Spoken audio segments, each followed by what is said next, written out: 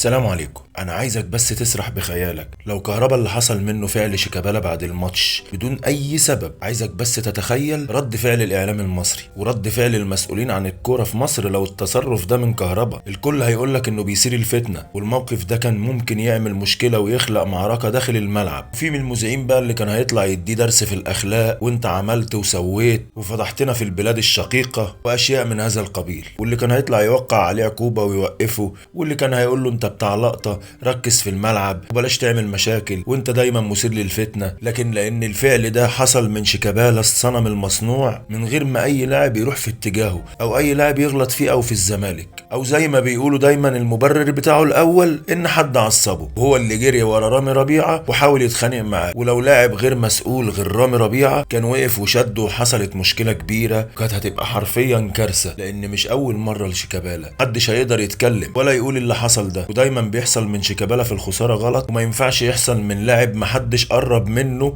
ولا قال له انت ضيعت ضربه الجزاء ليه. يا ابني ارحم نفسك واعتزل، والله تعبت جماهيرك قسما بالله. الجماهير كلها مش طايقاك، انت عامل نفسك اسطوره، وللاسف في شويه ما بتفهمش كوره عاملينك اسطوره وبيقولوا عليك اسطوره. في زملكاويه بتفهم كوره شايفينك انت لعنه على فريقك. سلام عليكم.